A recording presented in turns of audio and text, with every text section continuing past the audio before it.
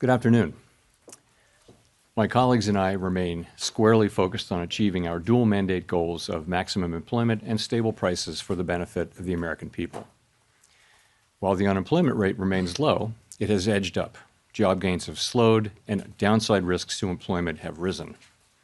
At the same time, inflation has risen recently and remains somewhat elevated.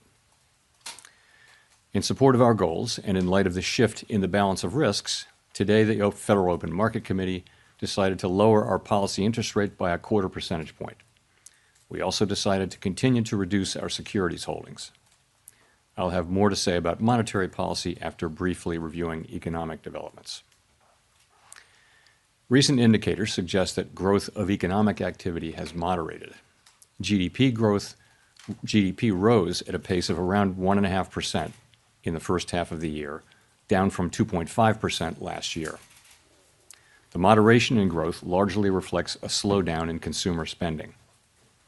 In contrast, business investment in equipment and intangibles has picked up from last year's pace. Activity in the housing sector remains weak.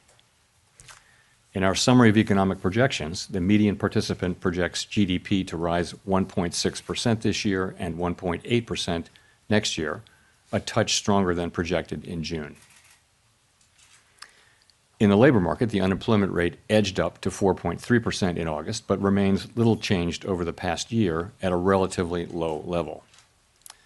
Payroll job gains have slowed significantly to a pace of just 29,000 per month over the past 3 months. A good part of the slowing likely reflects a decline in the growth of the labor force due to lower immigration and lower labor force participation.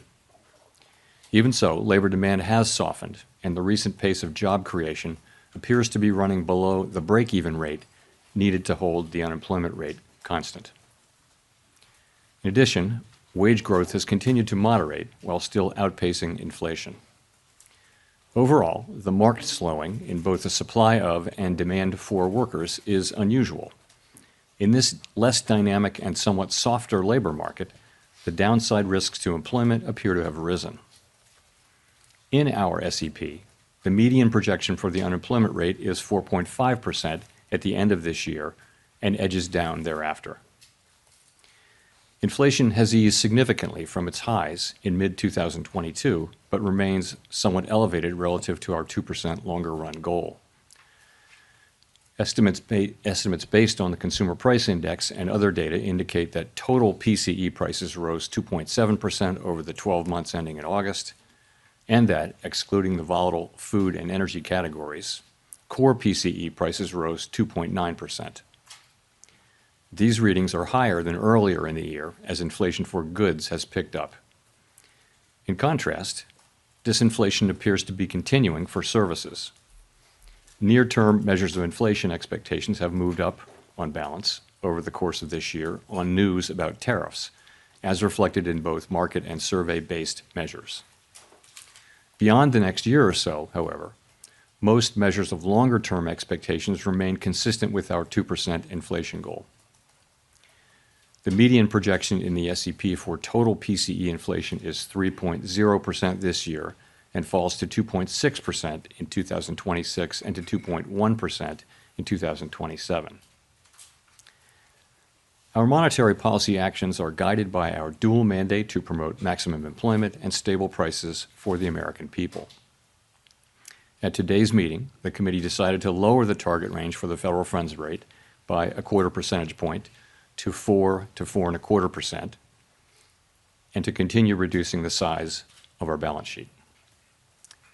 Changes to government policies continue to evolve, and their effects on the economy remain uncertain. Higher tariffs have begun to push up prices in some categories of goods, but their overall effects on economic activity and inflation remain to be seen. A reasonable base case is that the effects on inflation will be relatively short-lived, a one-time shift in the price level. But it is also possible that the inflationary effects could instead be more persistent, and that is a risk to be assessed and managed. Our obligation is to ensure that a one-time increase in the price level does not become an ongoing inflation problem. In the near term, risks to inflation are tilted to the upside and risks to employment to the downside. a challenging situation. When our goals are in tension like this, our framework calls for us to balance both sides of our dual mandate. With downside risks to employment having increased, the balance of risks has shifted. Accordingly, we judged it appropriate at this meeting to take another step toward a more neutral policy stance. With today's decision, we remain well positioned to respond in a timely way to potential economic developments. We will continue to determine the appropriate stance of monetary policy based on the incoming data, the evolving outlook, and the balance of risks. In our SEP, FOMC participants wrote down their individual assessments of an appropriate path for the federal funds rate, based on what each participant judges to be the most likely scenario for the economy. The median participant projects that the appropriate level of the federal funds rate will be 3.6% at the end of this year, 3.4% at the end of 2026, and 3.1% at the end of 2027. This path is 1/4 percentage point lower than projected in June. As is always the case, these individual forecasts are subject to uncertainty, and they're not a committee plan or decision. Policy is not on a preset course. The Fed has been assigned two goals for monetary policy: maximum employment and stable prices. We remain committed to supporting maximum employment, bringing inflation sustainably to our 2% goal, and keeping longer-term inflation expectations well anchored. Our success in delivering on these goals matters to all Americans. We understand that our actions affect communities, families, and businesses across the country. Everything we do is in service to our public mission, and we at the Fed will do everything we can to achieve our maximum employment and price stability goals. Thank you. I look forward to our discussion.